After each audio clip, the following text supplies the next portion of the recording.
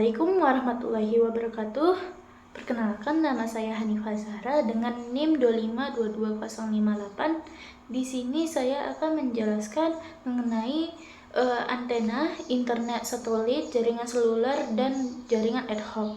Yang mana saya menjelaskan ini untuk memenuhi tugas ujian akhir semester pada mata kuliah jaringan nirkabel.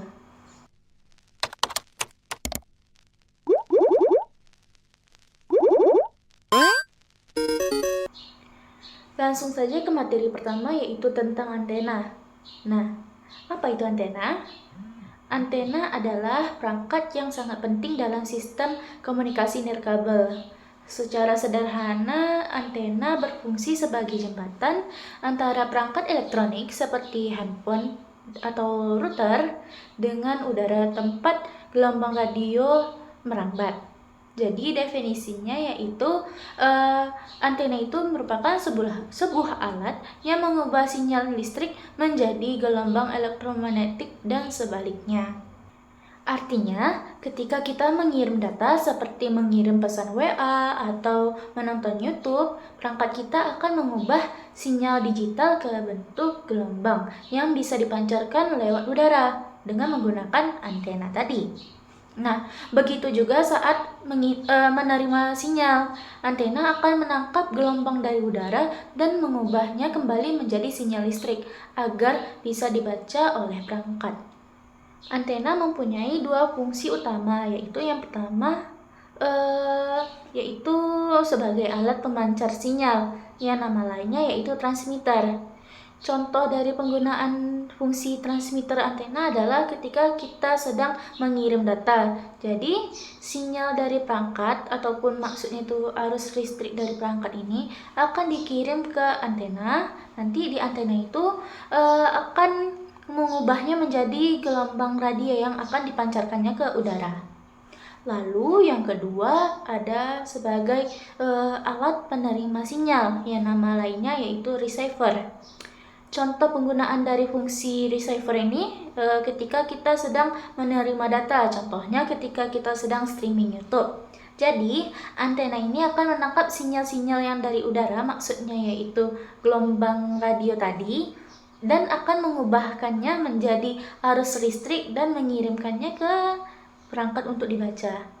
Jadi, tanpa antena tidak akan ada yang namanya itu koneksi wifi, tidak akan ada sinyal HP, dan internet nirkabel pun tidak bisa bekerja. Jadi, untuk antena memiliki fungsi-fungsi seperti yang tadi yang sudah saya sebutkan, yaitu sebagai alat pemancar dan alat penerima. Nah, antena itu harus memiliki beberapa bagian komponen yang penting. Nah, yang mana komponen ini memiliki fungsinya tersendiri.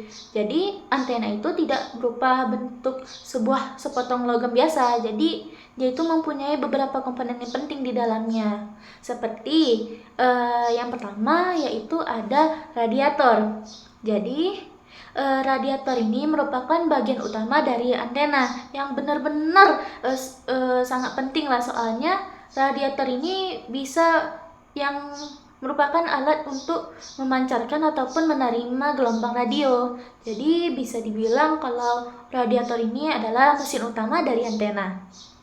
Lalu komponen yang kedua yaitu ada feeder. Jadi feeder ini adalah sebuah alat untuk penghubung antara perangkat elektronik seperti modem ataupun router ataupun alat pemancar lainnya, ke antena. Biasanya bentuknya itu seperti kabel koaksial. Lalu komponen yang ketiga yang tidak kalah pentingnya yaitu reflektor dan direktur. Jadi dua alat ini, reflektor dan direktur ini khusus digunakan pada antena direksional, yang mana digunakan untuk mengarahkan dan memperkuat sinyal. Jadi fungsi masing-masingnya yaitu reflektor ini digunakan untuk memantulkan sinyal. Seperti refleks, kalau cahaya kan memantulkan, refleksi. Nah, reflektor itu adalah untuk memantulkan sinyal agar lebih fokus. Nah, kalau untuk yang direktur ini, dia tuh gunanya adalah untuk membantu mengarahkan sinyal ke arah ke satu arah tertentu. Jadi karena diarahkan ke satu arah tertentu, jadi sinyal yang dipancarkan itu sangatlah kuat. Jadi itulah tentang komponen-komponen yang ada di antena. Selanjutnya yuk kita kenalan dengan jenis-jenis antena.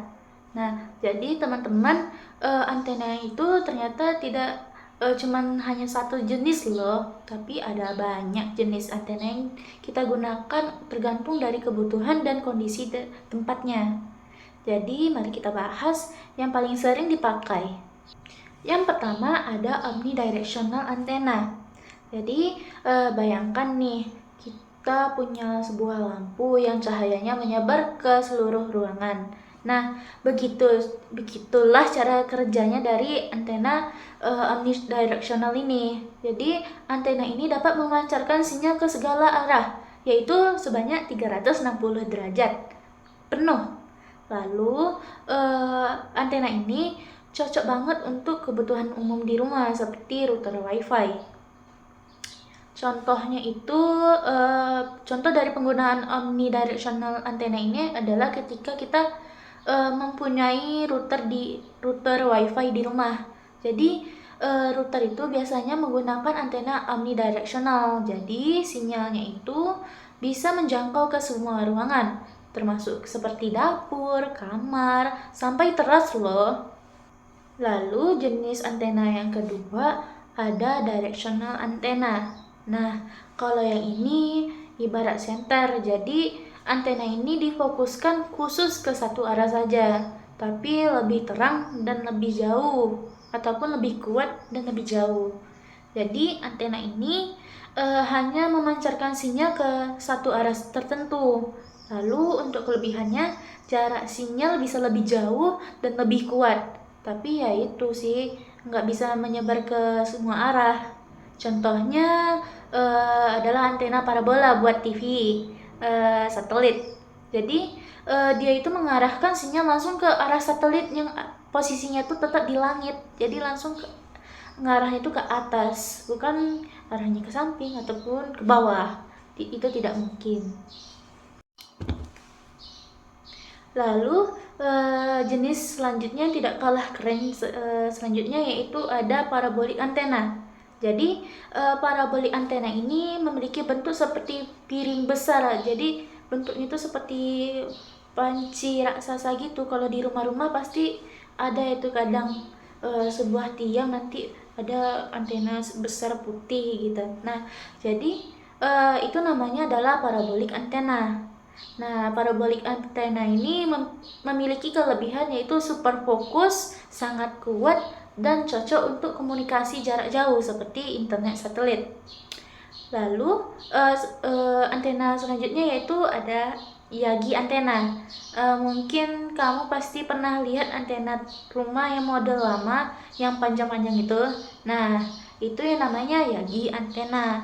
Jadi Yagi antena ini banyak dipakai untuk TV analog atau komunikasi radio biasanya.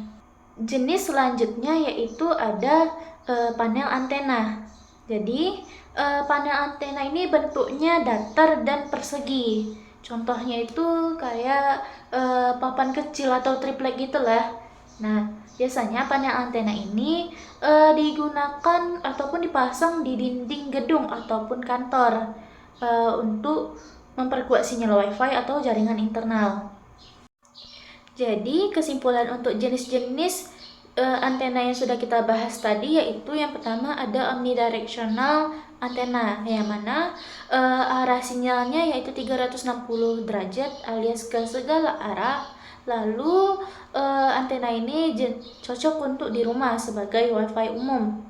Lalu jenis antena yang kedua ada directional antena yang mana arah sinyalnya itu hanya satu arah saja. Lalu cocok untuk parabola yang mana sebagai komunikasi jarak jauh. Lalu jenis antena yang ketiga ada parabolic antena yang mana arah sinyalnya itu sangatlah kuat, nah alias sangat fokus. Jadi cocok untuk satelit yang mana untuk keperluan internet luar kota. Lalu jenis jari antena yang keempat ada Yagi antena, yang mana arah sinyalnya itu semi fokus, jadi cocok untuk TV dan radio. Lalu jenis antena yang kelima ada panel antena, yang mana arah sinyalnya itu flat alias satu arah, yang cocok untuk keperluan kantor dan gedung besar. Di samping antena mempunyai banyak jenis-jenisnya, antena pun juga mempunyai banyak manfaat. Di antaranya yaitu yang pertama ada untuk memperluas jangkauan sinyal. Jadi antena yang bagus nih bisa memperluas area cakupan sinyal sehingga kita dapat tetap terhubung walaupun jauh dari sumber sinyalnya.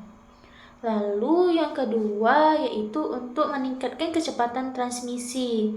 Jadi antena ini berguna untuk membuat sinyal yang kuat dan stabil, yang akan membuat transfer data lebih cepat dan minim gangguan. Lalu yang ketiga yaitu sebagai ataupun meningkatkan efisiensi komunikasi. Jadi antena direksional nih contohnya bisa membuat komunikasi jarak jauh lebih efisien karena sinyalnya fokus ke satu arah. Contoh penggunaan antena di kehidupan nyata yang pertama seperti tadi yang sudah saya sebutkan yaitu antena TV. Jadi antena TV ini akan menangkap siaran televisi dari stasiun penyiaran. Lalu biasanya nih bentuknya itu Yagi ataupun antena grid. Lalu yang kedua yaitu ada antena WiFi router. Jadi antena ini dapat membantu menyebarkan sinyal internet ke seluruh ruangan yang ada di rumah. Jadi bentuk antena yang biasa digunakan sebagai WiFi router ini adalah jenis antena omnidirectional. Lalu contoh yang ketiga yaitu ada antena BTS alias antena Base Transceiver Station. Jadi antena ini digunakan di menara seluler untuk menangani komunikasi HP. Jadi biasanya antena ini berbentuk panel ataupun sektor. Lalu contoh penggunaan yang keempat yaitu ada antena pada drone. Jadi antena ini digunakan untuk komunikasi jarak jauh antara drone dengan pengendalinya. Nah, bisa menggunakan antena direksional yang kecil untuk kendali yang presisi.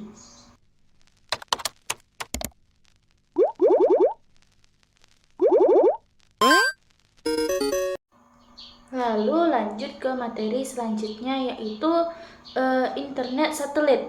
Jadi, apa itu internet satelit? Nah, internet satelit itu adalah jenis koneksi internet yang menggunakan sinyal dari satelit yang berada di luar angkasa untuk terhubung ke jaringan global internet. Nah, secara definisi, internet satelit itu merupakan sebuah layanan internet yang menggunakan satelit sebagai penghubung ke jaringan internet dunia tanpa menggunakan kabel atau infrastruktur darat yang rumit. Jadi, dengan menggunakan internet satelit, kita bisa mengakses internet di mana saja, bahkan di tengah laut pun, di puncak gunung, atau di daerah yang pelosok yang belum dijangkau oleh kabel fiber optik. Jadi, untuk dapat berfungsi, internet satelit ini mempunyai beberapa komponen penting di dalam sistemnya. Jadi, agar sistemnya itu dapat berjalan, terdapat beberapa komponen penting di antaranya yaitu ada yang pertama adalah satelitnya sendiri. Jadi, satelit itu ada dua jenis utama. Yang pertama ada GEO alias Geostationary Earth Orbit, yang mana satelit ini merupakan satelit tetap pada posisi relatif terhadap bumi, yang mana berada sekitar 36.000 km di atas permukaan bumi. Lalu untuk jenis satelit yang kedua ada LEO, yaitu Low Earth Orbit, yang mana satelit ini bergerak cepat di orbit rendah, yaitu sekitaran 500 sampai 2000 km di atas permukaan bumi, yang seperti digunakan oleh Starlink. Lalu yang kedua, komponen yang kedua maksudnya ada VSAT, yaitu Very Small Aperture Terminal, yang mana komponen ini merupakan sebuah parabola kecil yang dipasang di tempat pengguna. Nah, fungsinya yaitu sebagai ataupun untuk mengirim dan menerima sinyal dari satelit. Lalu, komponen yang ketiga ada modem. Nah, modem ini berguna untuk mengubah sinyal dari VSAT menjadi sinyal digital yang dapat digunakan oleh komputer ataupun router. Lalu komponen yang keempat ada hub ataupun NOC. Kepanjangan dari NOC itu adalah Network Operation Center, yang mana hub ataupun NOC ini merupakan sebagai pusat pengendali jaringan yang mengatur lalu lintas data dan koneksi antara pengguna dan internet global. Jadi itulah jenis-jenis komponen yang dibutuhkan dalam sistem internet satelit. Lalu kita akan membahas mengenai jenis-jenis satelit internet, yang mana seperti yang sudah kita jelaskan tadi, yang mana salah satu komponen utama yang pertama tadi adalah satelit. Nah, satelit ini memiliki dua jenis, yaitu yang pertama ada GEO, yaitu Geostationary Earth Orbit, yang mana satelit ini memiliki orbit yang tinggi, diam, relatif terhadap satu titik di bumi. Lalu, satelit ini cocok untuk cakupan wilayah yang luas, namun latensinya tinggi karena jaraknya yang jauh, yaitu sekitar 600 mikrosecond delay-nya. Lalu yang kedua, jenis satelit yang kedua ada LEO, yaitu Low Earth Orbit, yang mana satelit ini memiliki orbit rendah dan bergerak secara cepat. Lalu latensinya rendah, sekitar 20-50 mikrosecond, yang cocok untuk streaming dan gaming. Namun LEO ini memerlukan banyak satelit untuk cakupan yang penuh, yang mana contoh dari satelit LEO ini ada Starlink dari SpaceX. Nah, jadi itulah jenis-jenis dari satelit internet tadi. Nah, lalu kita masuk ke bagian kelebihan dari internet satelit ini.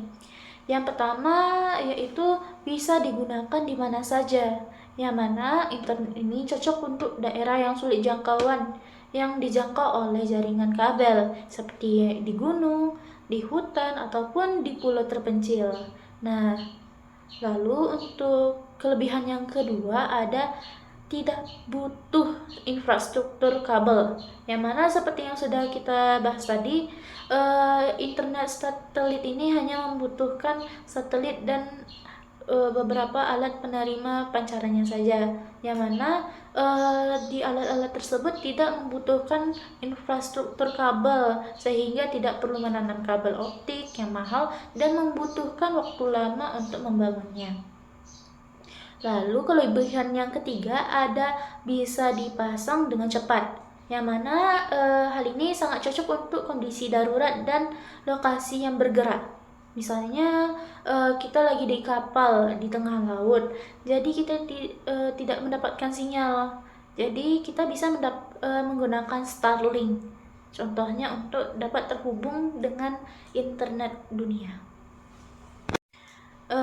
Itulah tentang dari kelebihan dari internet satelit. Selanjutnya kita akan membahas kekurangan internet satelit. Yang pertama ada latensi tinggi, terutama untuk yang jenis GEO, karena sinyal harus pergi pulang ke luar angkasa, maka butuh waktu tambahan untuk menggunakannya, yaitu alias istilahnya adalah delay. Lalu yang kedua biayanya mahal.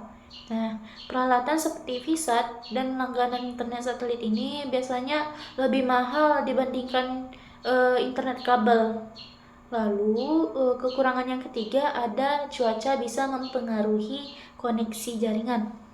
Jadi ketika hujan lebat ataupun badai dan atau terdapat gangguan atmosfer, ini bisa membuat sinyal melemah. Misalnya di fenomena rain fade, yang mana itu dapat betul-betul menghalangi jangkauan koneksinya. Nah, itulah dari kelebihan dan kekurangan dari internet satelit ini. Jadi, selanjutnya kita akan membahas mengenai contoh penerapan di dunia nyata dari internet satelit ini. Yang mana internet satelit ini bisa digunakan di beberapa tempat. Seperti contoh nyatanya yaitu yang pertama ada di wilayah pedalaman Indonesia. Yang mana desa-desa di Papua, Kalimantan, dan Nusa Tenggara yang belum terjangkau oleh kabel bisa tetap online berkat adanya internet satelit ini. Lalu yang kedua ada kapal laut dan pesawat. Jadi kru kapal di tengah laut ataupun penumpang yang ada di dalam pesawat bisa tetap terhubung dengan internet berkat adanya satelit ini. Lalu yang ketiga ada bencana alam. Nah, contohnya ketika saat ada gempa, banjir, ataupun gunung meletus, jaringan darat biasanya rusak ini. Jadi internet satelit ini bisa merupakan menjadi solusi yang cepat untuk mengadakan komunikasi darurat tim SAR dan pemerintahan.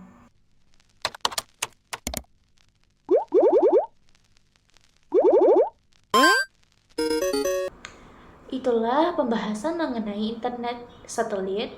Maka kita lanjut ke pembahasan selanjutnya, yaitu ada jaringan seluler. Jadi teman-teman apakah tahu apakah itu jaringan seluler?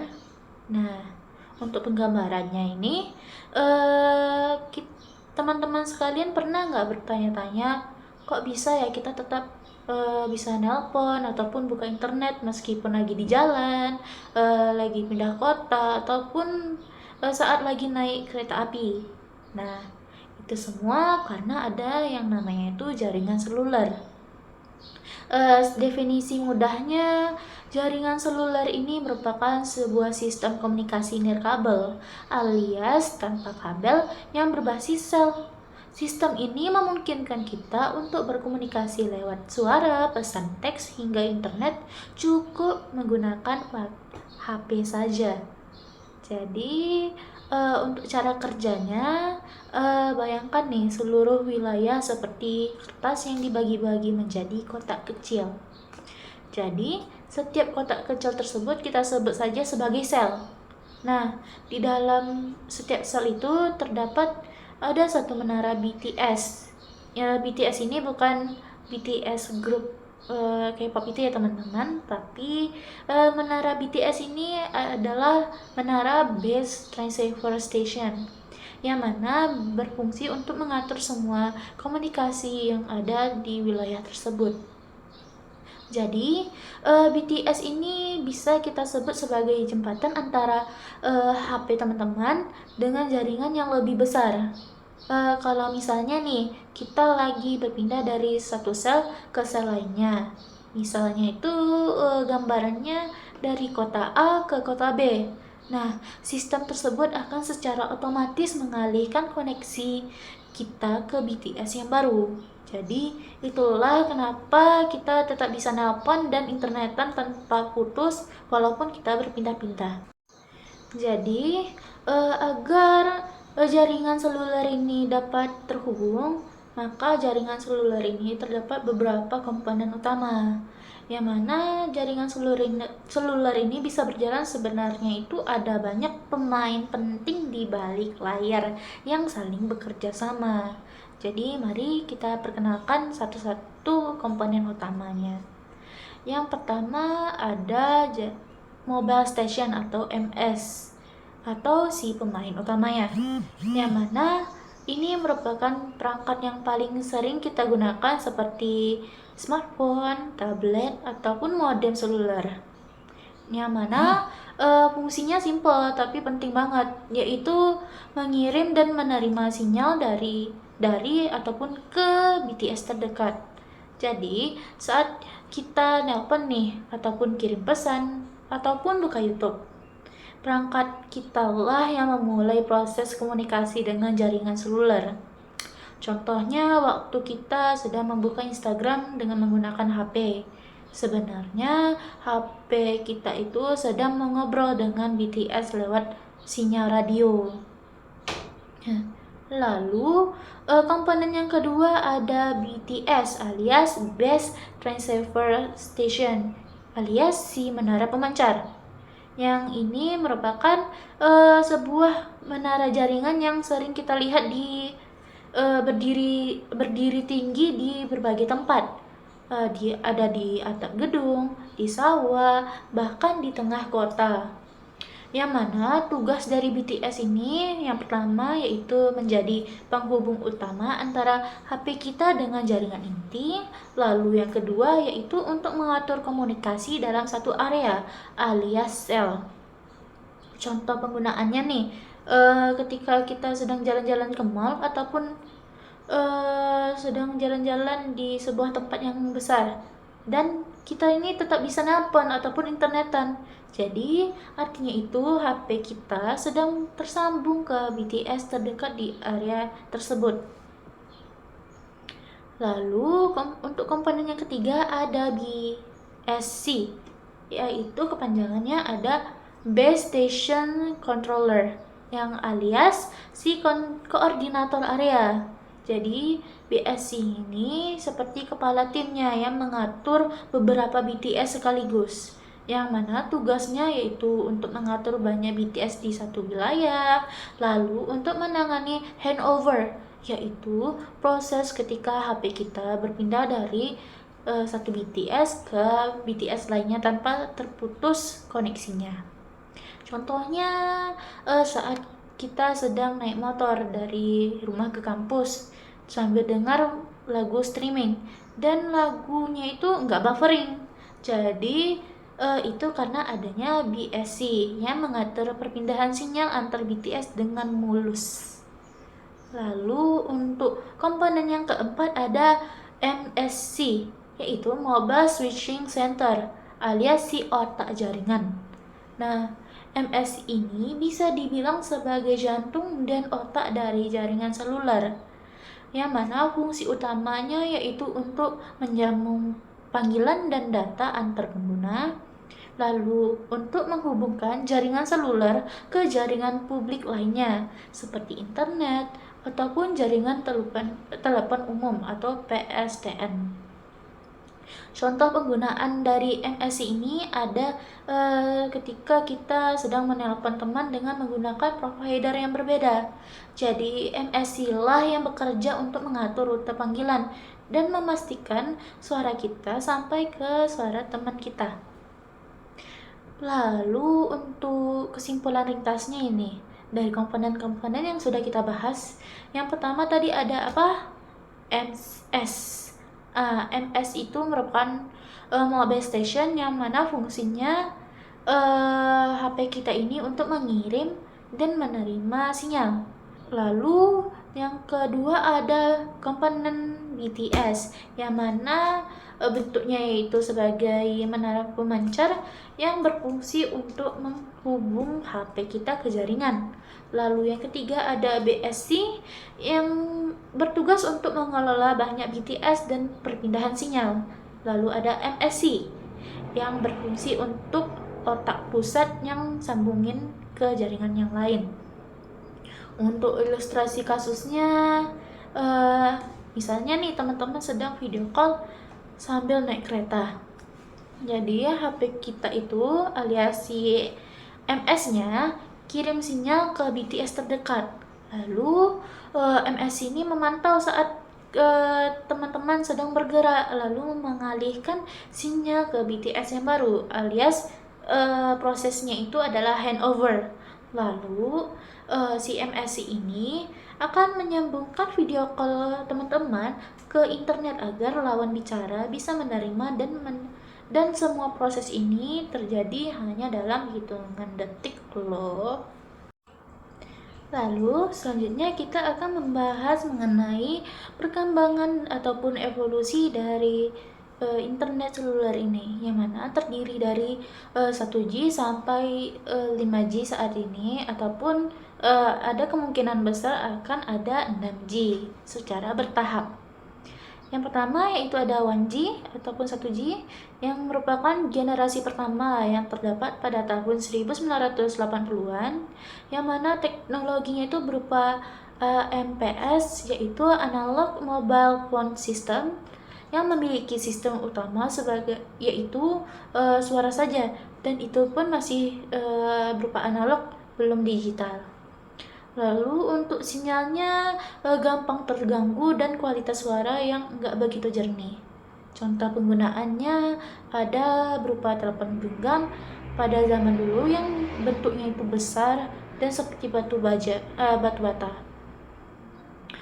Lalu ada 2G selanjutnya, yaitu merupakan generasi kedua yang terdapat pada tahun 1990-an, yang berupa teknologinya yaitu ada GSM dan CDMA, yang mana sudah dipakai suara digital, jadi lebih jernih kualitas suaranya, dan bisa mengirim SMS ataupun MMS, yang merupakan awal mula dari pesan teks.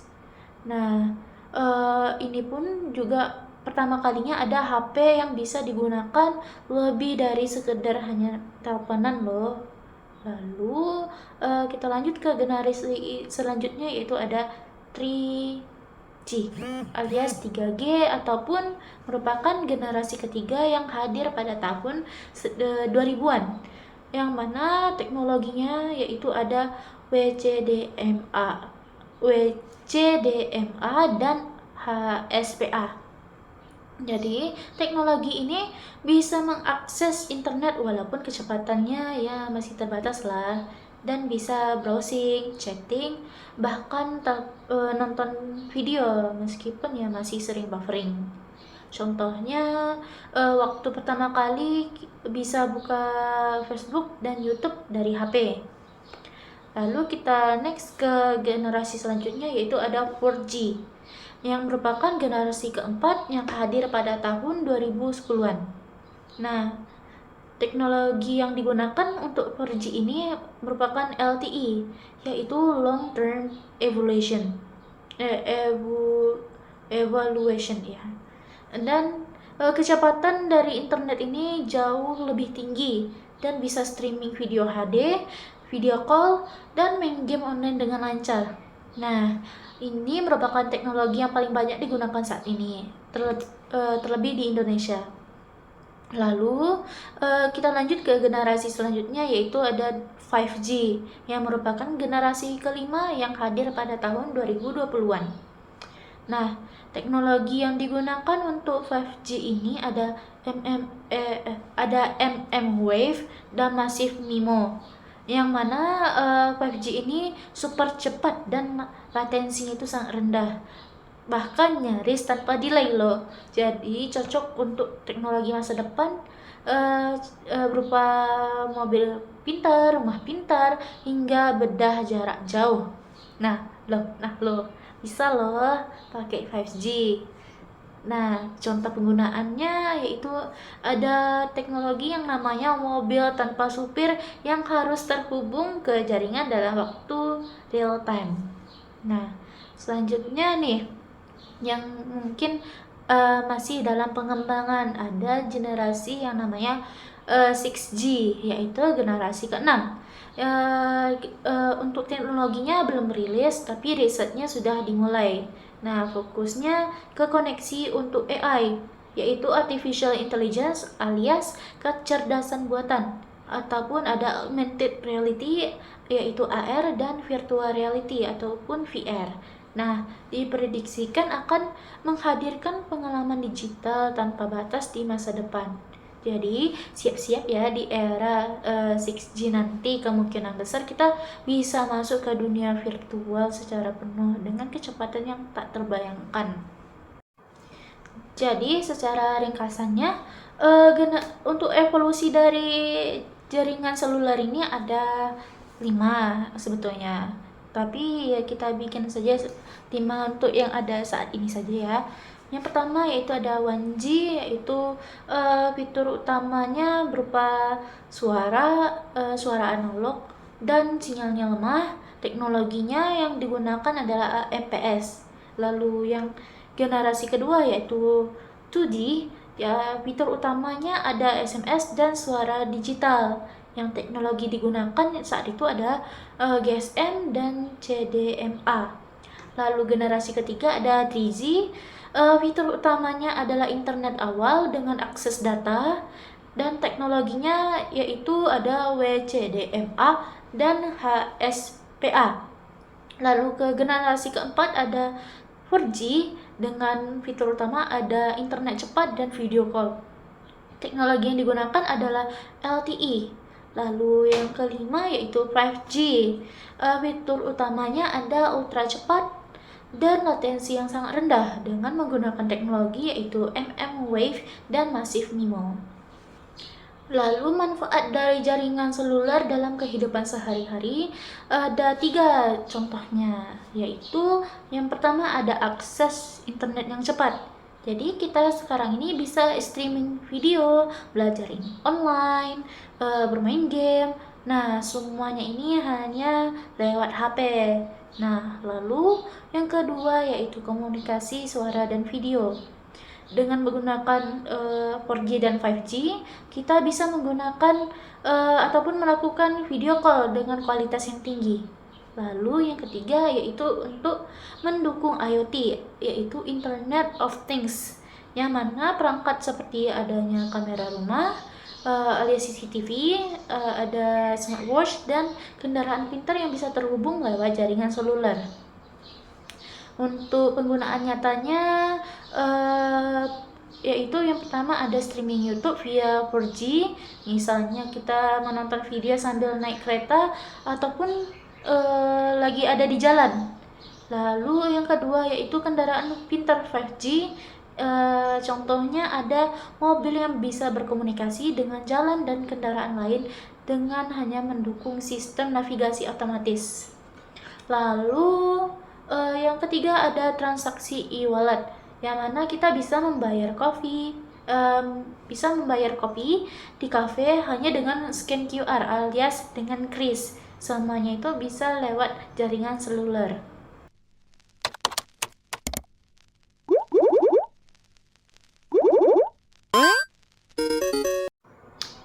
Jadi itulah penjelasan mengenai jaringan seluler. Jadi kita lanjut ke pembahasan selanjutnya yaitu jaringan ad hoc. Nah, teman-teman apakah tahu apakah itu jaringan ad hoc? Untuk penggambarannya, teman-teman bisa membayangkan bagaimana caranya sekelompok HP, laptop, ataupun drone bisa saling terhubung tanpa adanya jaringan, tanpa adanya jaringan internet, tanpa adanya wifi, atau bahkan tanpa adanya menara BTS. Nah, jadi adalah sebuah teknologi yang memungkinkan hal itu terjadi, jadi yang namanya yaitu jaringan ad hoc. Nah, jaringan ad hoc ini merupakan salah satu bentuk komunikasi nirkabel yang paling fleksibel yang bisa muncul di mana saja dan kapan saja. Jadi, apa itu jaringan ad hoc? Nah, secara sederhananya, jaringan ad hoc adalah sebuah jaringan nirkabel tanpa infrastruktur yang tetap. Jadi, artinya itu gak perlu adanya router, BTS, ataupun server pusat. Jadi, cukup kumpulan perangkat yang saling terhubung langsung satu sama lainnya. Jadi, setiap perangkat di jaringan ini bisa jadi pengirim ataupun penerima sekaligus. Seolah-olah semua perangkat tadi ini mengobrol bareng tanpa harus minta izin ke bos pusatnya dulu. Contohnya nih, bayangkan beberapa HP atau laptop berada dalam satu ruangan dan bisa saling kirim file atau informasi langsung tanpa perlu wifi. Nah, Untuk karakteristik utama dari jaringan ad hoc ini, terdapat beberapa ciri khas jaringan ad hoc yang membedakan jaringan ad hoc ini dengan jaringan yang biasa. Yang pertama yaitu tanpa menggunakan ataupun harus adanya infrastruktur yang tetap. Jadi nggak perlu ada router, BTS ataupun access point. Jadi cukup perangkat yang punya fitur jaringan dan langsung saling terhubung saja, itu sudah disebut dengan jaringan ad hoc. Lalu yang kedua yaitu dinamis dan sementara. Jaringan ad hoc ini bisa dibentuk dengan cepat, cocok untuk situasi yang darurat atau lokasi yang terpencil. Lalu yang ketiga yaitu topologinya itu peer-to-peer atau mesh. Jadi semua perangkat alias nodenya saling terhubung. Lalu jika satu node berpindah atau mati, jadi jalur komunikasinya itu masih tetap bisa berubah otomatis. Lalu komponen utama dalam jaringan ad hoc. Jadi di dalam jaringan ini yang jadi pemain utamanya bukanlah server ataupun tower, tapi perangkat-perangkat itu sendiri. Seperti yang pertama ada node, yaitu perangkat pengguna. Perangkat ini bisa berupa laptop, smartphone, drone, ataupun kendaraan pintar dan lain-lain, yang mana masing-masing berperan sebagai router kecil yang meneruskan data ke node lainnya. Lalu yang kedua ada routing dinamis. Karena tidak ada pusat, jadi pengiriman data antar node ini harus pintar dan fleksibel. Beberapa protokol yang biasa digunakan untuk jaringan ad hoc ini ada beberapa, di antaranya yaitu ada AODV, yaitu Ad Hoc On Demand Distance Vector. Lalu yang kedua yaitu ada DSR, yaitu Dynamic Source Routing. Lalu ada selanjutnya yaitu ada OLSR. Nah, OLSR ini kepanjangannya yaitu Optimize Link State Routing. Nah, jadi dua ini yaitu node dan routing ini merupakan yang menentukan rute terbaik agar data bisa sampai ke tujuan walaupun kondisi jaringan sedang berubah-ubah. Lalu lanjut ke bagian jenis-jenis jaringan ad hoc. Jadi ternyata jaringan ad hoc itu punya beberapa jenis spesifiknya, tergantung dari penggunaan, dan inilah contoh-contoh dari jenis penggunaan ataupun jaringan ad hoc. Yang pertama yaitu ada MANET, yaitu Mobile Ad Hoc Network, yang biasanya digunakan oleh perangkat bergerak seperti HP ataupun laptop. Contohnya komunikasi tentara di lapangan tanpa sinyal seluler. Lalu yang kedua ada VANET, yaitu Vehicular Ad Hoc Network, yang digunakan oleh mobil pintar untuk saling bertukar info. Nah, contohnya yaitu ada mobil A yang kasih tahu ke mobil B bahwa ada kemacetan di depan. Lalu yang ketiga ada VANET, Flying Ad Hoc Network, yang digunakan oleh drone yang saling terhubung di udara. Contohnya drone pemantau bencana yang berbagi peta udara secara langsung. Lalu untuk kelebihan dan kekurangan dari jaringan ad hoc ada beberapa. Yang pertama kita masuk dulu ke kelebihan dari jaringan ad hoc. Nah, kenapa sih jaringan ini nampaknya itu kayak keren dan berguna kali ya kan? Karena punya beberapa keunggulan, di antaranya yaitu yang pertama cepat dibentuk. Jadi bisa langsung aktif nih tanpa perlu dipasang infrastruktur yang rumit terlebih dahulu. Lalu yang kedua yaitu fleksibel dan mandiri. Jadi di jaringan ini bisa menyesuaikan dengan jumlah perangkat ataupun lokasi yang berubah-ubah. Nah, lalu kekurangan dari ad hoc ini, meskipun ya nampak canggih ya kan, jaringan ad hoc ini punya beberapa kelemahan yang harus kita perhatikan. Yaitu yang pertama, keamanannya rendah. Karena pada jaringan ad hoc ini jaringannya itu terbuka dan tidak ada pusat, jadi rawan disusupi oleh hacker ataupun siapapun yang tidak berkenan jika tidak dilindungi. Lalu yang kedua yaitu tidak stabil. Jadi kalau misalnya nih ada satu node yang berpindah ataupun mati, jalur komunikasinya itu bisa terganggu karena harus berubah dulu. Lalu yang ketiga ada sulit diatur saat skalanya besar. Ya meskipun banyak perangkatnya, nanti dia tuh bakal makin rumit untuk pengaturan rutenya. Contoh penggunaan nyata dari ad hoc. Nah, jaringan ad hoc ini bukan cuma teori, tapi sudah banyak dipakai di lapangan. Contohnya militer di lapangan. Jadi pasukan bisa saling komunikasi tanpa perlu banyak sinyal dari operator seluler. Misalnya nih penggunaan apa? Ya, walkie-talkie. Lalu yang kedua ada mobil pintar. Mobil pintar ini bisa saling memberitahu posisi dan kecepatan untuk menghindari tabrakan. Lalu yang ketiga ada untuk keperluan tim penyelamat saat bencana.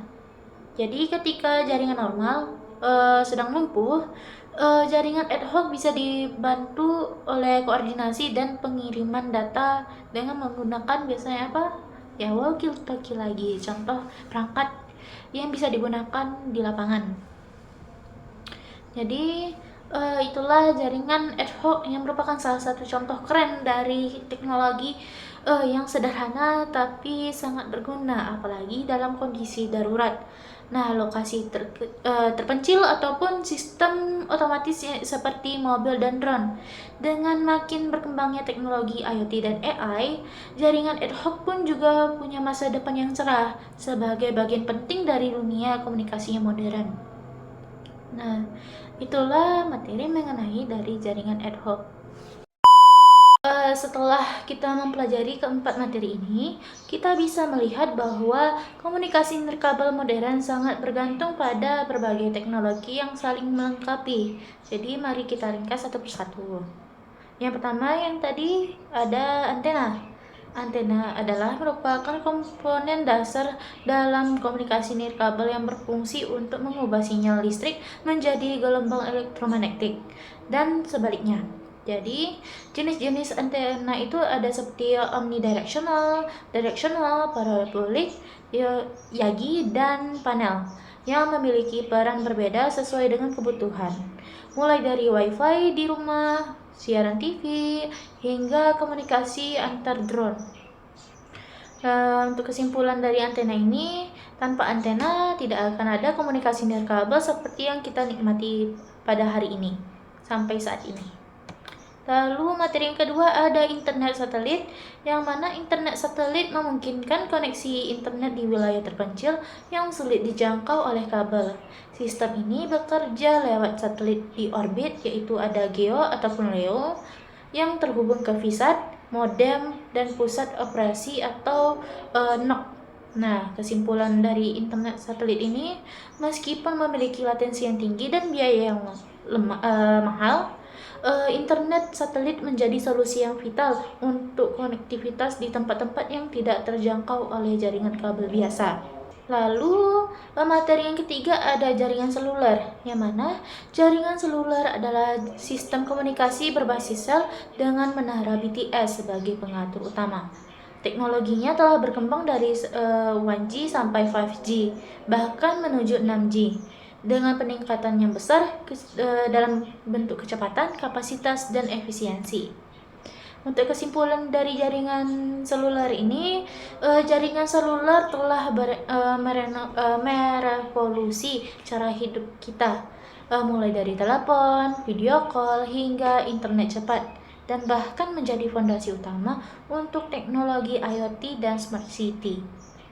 Lalu materi yang terakhir ada jaringan ad hoc, yang merupakan jaringan yang tidak bergantung pada infrastruktur yang tetap, di mana perangkat bisa langsung terhubung dan cocok digunakan untuk situasi darurat, militer, ataupun kendaraan pintar. Jadi jaringan ini menawarkan fleksibilitas yang tinggi, meski memiliki tantangan dalam keamanan ataupun kestabilitasnya. Jadi kesimpulan dari jaringan ad hoc ini membuktikan bahwa komunikasi tanpa kabel bisa terjadi secara spontan dan mandiri, dan sangat bermanfaat dalam skenario-skenario khusus.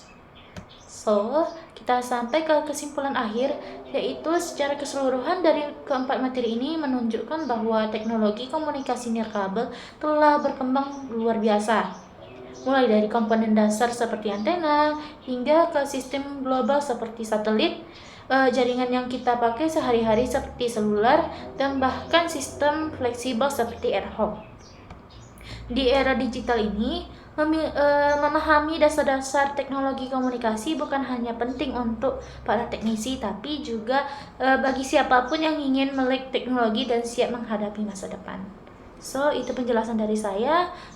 Saya akhiri penjelasan saya kali ini dengan mengucapkan salam. Wassalamualaikum warahmatullahi wabarakatuh. Bye-bye. Semoga bermanfaat untuk teman-teman semua.